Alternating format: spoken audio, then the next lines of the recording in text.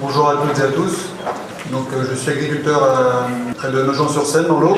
Je vais vous présenter mon exploitation, ce qui vous aidera, je pense, à comprendre un peu la logique de ma démarche pour avoir fait un projet agroforestier. En fait, je me suis installé en 1998 sur 220 hectares. La particularité de l'exploitation, c'est qu'elle est en non-labour depuis 30 ans maintenant. Donc, mon père avait arrêté de labourer en 1984. Bon, à l'époque, pour diverses raisons, mais depuis longtemps qu'il en avait marre de ramasser des pierres pendant tout l'hiver. On est en limite entre la Champagne-Crayeuse et le Nogentais qui ressemble plus à la terre profonde de l'Abri. Donc c'est dans une petite vallée où il y a beaucoup de pierres. Du silex d'un côté avec des terres blanches et des grès de l'autre avec des terres rouges. Donc c'était une de ses volontés d'arrêter de ramasser ces pierres. On faire des économies de carburant. Aujourd'hui on utilise 40 litres de gasoil à l'hectare sur l'exploitation en moyenne, contre je dirais, en moyenne sur les autres exploitations voisines, plutôt 70 à 80 litres. Il y avait une volonté aussi de limiter l'érosion. Il nous arrivait, comme partout, d'avoir des orages qui entraînaient la bonne terre, dans le meilleur des cas, dans les fossés et souvent dans la rivière. Donc c'était pas le but recherché. Aujourd'hui, mon épouse s'est installée en 2008. Donc aujourd'hui, l'exploitation compte 330 hectares. En fait, je réalise les travaux seul. En fait, j'ai juste besoin d'une personne pour m'aider à la moisson. Les objectifs en m'installant, c'était d'avoir une agriculture durable, à la fois en respectant au maximum l'environnement, pas toujours facile en utilisant des produits phytosanitaires, mais on y arrive. Aussi d'avoir un cadre de vie plaisant. En fait, avant de m'installer, j'étais citadin, parce que ma mère était commerçante, on n'habitait pas sur la ferme, donc je venais simplement sur la ferme tous les mercredis accompagner mon grand-père qui a passé sa retraite. Il avait acheté un bois et donc il était devenu sylviculteur, donc ce qui explique peut-être aussi mon intérêt pour les arbres aujourd'hui. Et donc c'était une volonté de façonner un petit peu aussi ce paysage. Et puis il y a aussi une forte volonté de développer la biodiversité sur l'exploitation. Je suis chasseur aussi, et puis je ne conçois pas de passer une journée dans les champs sans voir que ce soit des perdrix, lièvres, etc. Pour moi c'est important. Et puis il fallait que tout ça aussi soit bien sûr viable économiquement. Alors quels sont les moyens que j'ai mis en œuvre pour arriver à remplir ces objectifs? Donc c'était déjà d'allonger les rotations. Donc aujourd'hui j'ai une dizaine de cultures sur l'exploitation différentes, donc à la fois cultures d'hiver et de printemps. À la fois pour répartir le temps de travail, parce que je vous l'ai dit, je suis tout seul sur l'exploitation, donc ça permet d'étaler les travaux durant toute l'année. Et puis aussi pour des questions agronomiques, éviter la monoculture, je pense qu'on en voit vite le bout, donc c'était une volonté de diversifier les cultures. On n'a pas la même pression au niveau des mauvaises herbes. Dans le blé, on ne trouve pas les mêmes herbes que par exemple dans l'orge de printemps, en tout cas pas dans les mêmes proportions. Donc tout ça pour essayer de limiter l'emploi des herbicides. Il y avait aussi une volonté au niveau de tout ce qui est ravageur. On s'aperçoit que quand vous faites de la monoculture, déjà vous utilisez toujours les mêmes produits, donc c'est sûrement pas très bon. Et puis on sélectionne à force des mêmes types de ravageurs. Donc c'était une volonté de diversifier un peu tout ça. Dans le même temps, on a essayé de diminuer au maximum les intrants, donc ce qui veut dire qu'on ne recherche pas à chaque fois le rendement maximum, on raisonne plutôt en termes de marge brute. Donc on a la chance dans l'Aube d'avoir encore une usine de déshydratation de luzerne, donc j'ai une vingtaine de pourcents de la surface qui est en légumineuse, donc à peu près 10% en luzerne, le reste en pois d'hiver et pois de printemps. Donc ça permet bien sûr d'utiliser beaucoup moins d'azote d'origine minérale. On ne fait pas d'intervention systématique, c'est basé sur l'observation. Ça n'a rien d'exceptionnel, je retrouve ça un petit peu aujourd'hui dans toutes les exploitations. On se base beaucoup maintenant sur des seuils pour ne plus intervenir systématiquement comme à une certaine période. Par exemple, jusqu'à présent, depuis l'automne, je n'ai pas fait d'insecticide dans mes parcelles. Je ne veux pas dire qu'il n'y a pas d'insectes, mais on a jugé qu'il n'y en avait pas en nombre suffisant pour réaliser une intervention. On bénéficie aussi des conseils d'un groupement de développement agricole. On se réunit entre agriculteurs, on a des conseillers qui eux aussi observent dans les parcelles et nous alertent s'il y a un problème qui survient. Je cultive aussi pas mal de tournesol et de chanvre. Donc avec la luzerne, ce sont autant de cultures qui sont très peu gourmandes en intrants, à exception pour le tournesol et la luzerne, c'est uniquement du désherbage. Et pour le chanvre, on se contente de le semer. Bien sûr, on lui met un peu d'engrais, mais il n'y a qu'une intervention de produits phytosanitaires. Et on a la chance aussi d'avoir une usine de champs dans l'eau, donc ça permet de développer ce type de culture-là. Donc après, dans le fonctionnement de l'exploitation, il y a tout un tas de mesures. On décale les dates de semis pour éviter, par exemple, de faire des insecticides à l'automne. On essaie de s'adapter au mieux. Donc je vous ai parlé tout à l'heure aussi de l'idée de remodeler modestement le paysage. Donc pour à la fois favoriser la faune sauvage, puis aussi pour le plaisir des yeux. On est déjà dans une zone, bon là on peut le voir sur la photo, donc c'est la parcelle qui a été plantée. J'ai 1000 hectares de bois dans un rayon de 3 km, donc c'est quand même une zone assez boisée. Mais bon, ça n'empêche qu'on a voulu modifier un petit peu le niveau du parcellaire. Donc la taille des parcelles a été diminuée. En moyenne 6 à 7 hectares. Bon, j'ai la chance d'avoir un parcellaire regroupé. Je n'aurais pas fait ça s'il fallait faire 20 km pour aller sur une parcelle. Donc tout est fait en fonction des multiples de la largeur du pulvérisateur et donc il n'y a pas de problème particulier. J'ai remis des bandes enherbées, environ 2 hectares sur la ferme. Je continue de faire des jachères dans des zones qui sont quand même peu productives. Et puis bon, un peu de jachères fleuries, un peu d'un apiculteur, donc on essaie d'avoir quelques fleurs à disposition la plus grande partie de l'année. On a replanté aussi des arbustes sur les chemins. On a préféré ça aux haies. On trouvait que par rapport justement à la perte grise, c'était plus intéressant d'avoir plutôt des repères avec des arbustes tous les 50 à 100 mètres plutôt que des linéaires. Et puis bon, de là est venu, j'ai pris connaissance de l'agroforesterie, donc on a décidé de franchir le pas, alors modestement, parce que la plantation s'est effectuée sur une parcelle, donc vous avez sur la diapo qui fait l'équivalent d'une emprise de 5 hectares, on a planté 240 arbres, donc c'est un petit projet, mais bon, c'était aussi histoire de se faire la main. Donc au début c'était le choix de la parcelle évidemment, donc on était assez superficiel, donc on a choisi une des parcelles où on avait quand même plus de 50 cm de sol, parce que bon, sur un blé, voilà, si une année de sécheresse fait un mauvais rendement, on recommence l'année d'après, là on ne pouvait pas trop se permettre de planter des arbres dans des conditions trop difficiles pour eux. Donc c'est une parcelle où on a à peu près entre 60 et 80 cm de terre, et qui sont malheureusement pas sur de la craie, mais sur du tuf. Donc on espérait ne pas avoir à subir d'années de sécheresse pendant les premières années d'implantation, donc c'est heureusement ce qui s'est passé. Au niveau de l'orientation, on s'est mis dans un axe nord-sud, c'est ce qu'on demande, on demande de privilégier cet axe-là pour des histoires d'ombre, pour éviter à terme, bien sûr, la question ne se pose pas pour l'instant, mais que l'ombre ne gêne pas trop la culture. Si vous avez une culture qui est constamment à l'ombre des arbres, c'est sûr qu'il n'y aura pas de production. Donc une fois que la parcelle a été choisie, on a tracé les lignes, on a fait ça au GPS. Ensuite, donc les lignes sont espacées de 39 mètres, puisque le pulvérisateur sur l'exploitation fait 36 mètres de large. Et donc on a espacé les plants de 6 mètres sur la ligne, ce qui nous fait une densité finale de 43 arbres à l'hectare. On a décompacté au niveau de la ligne de semis. J'ai emprunté le décompacteur d'un voisin, parce qu'on n'était pas équipé. Ça m'a permis de me rendre compte assez rapidement pourquoi mon père a arrêté de labourer, parce que tous les 10 mètres, le tracteur calait, parce qu'il y avait une roche qui bloquait. Donc quand je vous parle de roche, ça peut atteindre 1 mètre cube. Donc on préfère les laisser où elles sont. Donc du coup, on avait prévu de décompacter à 60 cm, on s'est contenté de 40, parce que c'était un peu compliqué avec l'outil. Et puis on a semé une bande enherbée, donc à l'aplomb de ces lignes, un mélange de trèfle et de luzerne. Donc le but c'était d'avoir une légumineuse et puis de couvrir le terrain. Donc ça c'était un échec, parce qu'en fait c'est une parcelle qui avait connu de la luzerne 2 ans auparavant, et je pense que il y a, au niveau il y a des ravageurs spécifiques de la luzerne, et je pense qu'il y en avait certains qui étaient encore présents dans la parcelle.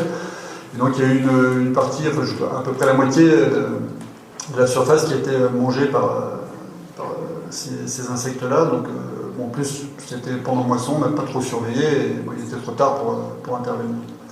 Une fois la bande mise en place, il a fallu aussi, le choix des essences était une question importante, donc on s'est porté sur des essences locales. On est allé voir, on connaissait un peu, mais dans les bois autour, ce qui venait bien pour éviter de faire des erreurs de station. Donc on s'est orienté vers 7 essences différentes, donc des pommiers sauvages, de la lisier terminale, du sorbier des oiseleurs, cormier, poirier sauvage et des érables planes et sycomores.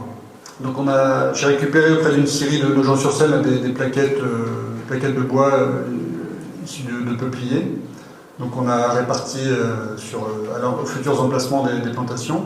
Donc voilà, le plan. Alors ça a été planté par l'ONF. Je préférais déléguer la plantation parce que c'est quand même une opération importante à ne pas louper. Et puis je préfère autant que ce soit des gens habitués à faire ça qui le fassent. Donc c'est des plants en moyenne qui faisaient 60 cm. Donc après plantation, on a régalé les copeaux de bois autour du plan. Et puis la mise en place de la protection. J'ai revenu la diapo du départ pour montrer que donc on a planté ça c'était en janvier 2012, 3 jours avant un épisode de grand froid, je sais pas, enfin si les agriculteurs dans la salle s'en souviennent sûrement, mais nous chez nous on a eu -16 3 jours après.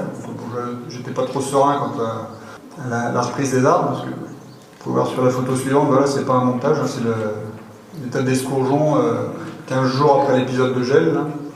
Donc bon, on espérait que les arbres n'aient pas trop souffert, mais en fait, il n'en a rien été parce que j'ai eu 100% de reprise. Et puis vous pouvez voir aussi quasiment au premier plan, là, il y a un petit couple de perdrix. Alors c'est marrant parce que dans cette parcelle-là, c'est une parcelle, il y a 35% d'argile, et je ne voyais jamais de perdrix, ils sont en plus dans la vallée, et ils ne montaient jamais jusque-là. Et là, depuis 2 ans, 2 ans et demi que la plantation a été faite, on trouve régulièrement, il y a un ou deux couples de perdrix qui montent jusque-là. Je pense qu'ils sont attirés un peu par le fait que des bandes enherbées, là c'est quand même positif de ce côté-là. Voilà, donc ça c'était 1 mois après l'épisode de gel, donc vous voyez que l'escourgeon avait retrouvé sa couleur initiale, et donc les plantations les protections étaient bien en place. Ça n'a malheureusement pas duré longtemps, puisqu'il y avait, vous voyez le bois qui est derrière, il y a une forte proportion de chevreuils, et ils ont commis pas mal de dégâts au niveau des protections. Alors, il y a eu aussi les sangliers qui sont venus fouiller au niveau des copeaux, là, plus pendant l'été, parce qu'en fait le grand avantage de pailler, c'est de garder la fraîcheur. Et quand on est là, même en plein été, après une période où tout le reste était sec, il y avait toujours du frais là-dedans, et donc sûrement un peu de vers ou de micro-organismes qui les attiraient. Donc, en fait, on n'aurait pas dû les régaler, ils s'en seraient occupés eux-mêmes. Donc ça a permis quand même de limiter l'enherbement au pied de l'arbre aussi, et ça c'était quand même positif, parce que on a eu la chance d'avoir 2 années bien arrosées, donc il y a eu, comme je vous le disais tout à l'heure, 100% de reprise au niveau des plants. Mais bon, je pense que c'est quand même important de limiter l'évaporation, surtout sur des plants jeunes, de seulement 50 à 60 cm. C'est peut-être encore plus vrai quand on implante des arbres plus développés, mais en tout cas là on n'a pas eu de perte à ce niveau-là. Donc ensuite aussi du tournesol, qui a été implanté l'an passé. Alors ça n'a sûrement pas favorisé les choses non plus, parce que le tournesol, une fois développé, je pense que le gibier est resté dedans, et il venait régulièrement sur la bande enherbée. Donc on a passé plus de temps à mettre les protections et puis à les changer qu'à faire la plantation en elle-même. Donc en fait c'était aussi des protections pas adaptées, parce que adaptées sûrement en milieu forestier, où il y a une pression moindre, mais là avec les chevreuils ont tendance à prendre la ligne de plantation, et puis à s'énerver plus qu'autre chose sur les plants. Et à une certaine époque, en ce moment par exemple, ils font pas mal de dégâts quand même. Donc là, c'est une photo qui a été prise au mois d'août l'an dernier, donc des arbres qui avaient quasiment 2 années de pousse. Donc on est assez content parce qu'il y a une bonne vigueur, comme vous pouvez voir sur la photo. Donc c'était des plants qui faisaient 60 cm, au bout de 2 ans, on a 1,80 m à peu près. Les plus gros actuellement font 3 mètres, donc ça a bien poussé. J'ai commis l'erreur aussi de broyer, au mois de juillet, la bande enherbée, ce qui fait que c'était aussi l'autoroute pour le gibier. Ça, c'est une photo que j'ai prise il y a une quinzaine de jours, à peu près au même endroit. Donc, là, on peut voir que malheureusement, c'est ce que je disais tout à l'heure, l'échec au niveau de la bande enherbée du mélange trèfle-luzerne a fait qu'en fait, ça a été recolonisé surtout par les graminées, et puis en particulier par le brome. Donc, on n'aime pas trop voir ça au bord des champs. La succession de cultures différentes dont je vous parlais tout à l'heure permet en fait de limiter les désagréments du brome. On arrive quand même à s'en débarrasser assez facilement s'il venait à se propager dans la parcelle. Donc ça c'est un alisier éternel que j'ai pris en photo il y a quelques jours. Hein. c'était un peu comme sur le Titanic, jusqu'ici tout allait bien. Sauf que là, les chevreuils sont arrivés, ils arrivent avec leur bois, moi je ne les ai jamais vus faire, mais je pense qu'ils arrivent à retirer la protection, puis ensuite ils s'énervent sur le tronc, donc celui-là il est mort, hein, c'est sûr. Donc, à peu près, l'an dernier, j'en ai recepé à peu près 10% sur les 235 arbres qui ont été mis en place.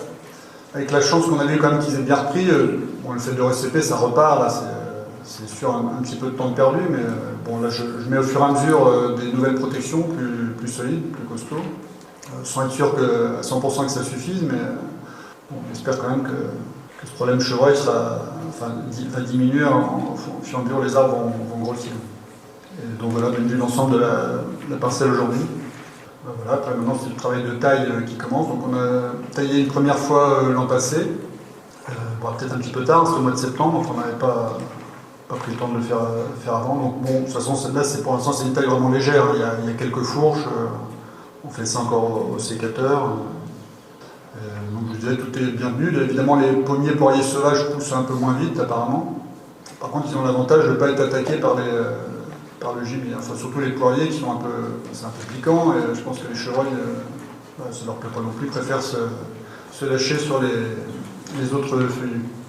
Donc voilà en ce qui concerne la plantation elle-même, donc il y a deux années de recul, hein, c'est pas bien vieux pour tirer des conclusions définitives en tout cas, mais on sait déjà que tout a repris, ça c'était déjà le point positif. Sûrement la chance aussi, parce que ça je pense que même si aujourd'hui, au niveau des pépinières, il y a sûrement pas mal de boulot de fait sur les qualités des plants, mais tout est bien. On a des plants qui sont plutôt bienvenants, alors que je vois j'ai un voisin qui lui a planté l'an dernier, donc c'est la deuxième plantation dans l'Aube, hein. Et lui il a un souci il a des érables qui ne poussent pas en fait, qui font beaucoup de feuilles mais pas de tiges, donc c'est un peu embêtant. Alors, on ne sait pas encore à quoi c'est dû, est-ce qu'il y a un problème d'un ravageur ou autre. Mais le bilan pour nous à l'heure actuelle est plutôt positif. Évidemment les conclusions définitives seront tirées dans 40 ou 50 ans, donc j'espère pouvoir le faire. La difficulté c'est de se projeter vraiment à long terme, parce que quels seront les cours du bois dans 50 ans, il y a beaucoup d'inconnus. Clairement, on n'a pas fait ça uniquement pour le côté économique, même si c'est important, mais l'emprise, donc ça représente à peu près 40 arts, c'est 0,12% de l'exploitation. Donc c'est pas, on ne prend pas un gros risque. On se lancer dans un peu de foresterie. J'ai éventuellement peut-être le projet de faire ça sur la parcelle contiguë. Là. On attend encore un peu de voir justement ce problème de gibier. Alors peut-être qu'il faudrait le gérer autrement avec une clôture électrique pour être tranquille. Ça, c'est des questions qui restent un peu en suspens. Donc on se laisse en attendant encore de voir une année ou deux, voir si parce que là, les gros travaux vont arriver au niveau de la taille. On en sort un peu plus dans quelques années. Donc voilà, j'en ai terminé. Je ne sais pas si vous avez des questions. Bonjour, Ethel Gauthier, moi je travaille pour la réserve de biosphère de Fontainebleau et du Gâtinais. Je m'intéresse à l'agriculture en Seine-et-Marne. Plus particulièrement dans le bocage gâtinais, mais du coup je rencontre des agriculteurs et j'aurais 2-3 petites questions. Je voulais savoir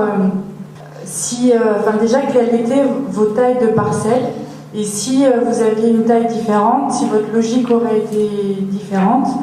Et je vois que également sur vos photos vous êtes donc beaucoup en bordure de bois. Dans les arguments des agriculteurs que je rencontre, beaucoup disent que comme ils sont dans une région avec beaucoup de bois, ils ne voient pas l'intérêt de réfléchir de planter des arbres et de réfléchir à l'agroforesterie. Quelle a été votre motivation par rapport à ça et votre logique?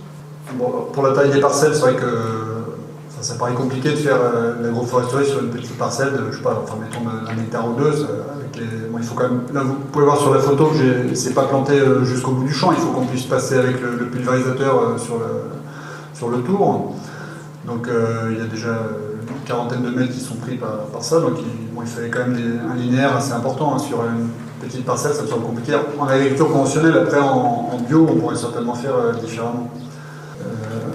En ce qui concerne c'est sûr qu'il y a des arbres. Maintenant, les arbres sont aussi au forestier, que les agriculteurs ne sont pas tous propriétaires des arbres qui jouxtent des parcelles. Donc c'est vrai que j'ai beaucoup même de voisins qui m'ont dit mais bon, à quoi ça sert? C'est la première réaction. Mais, bon, y a quand même tout un tas on n'a peut-être pas trop abordé aujourd'hui, mais tout un tas d'intérêts à la fois agronomiques. Le fait d'implanter ces bandes enherbées, c'est quand même des sources d'insectes auxiliaires qui vont venir aider l'agriculteur.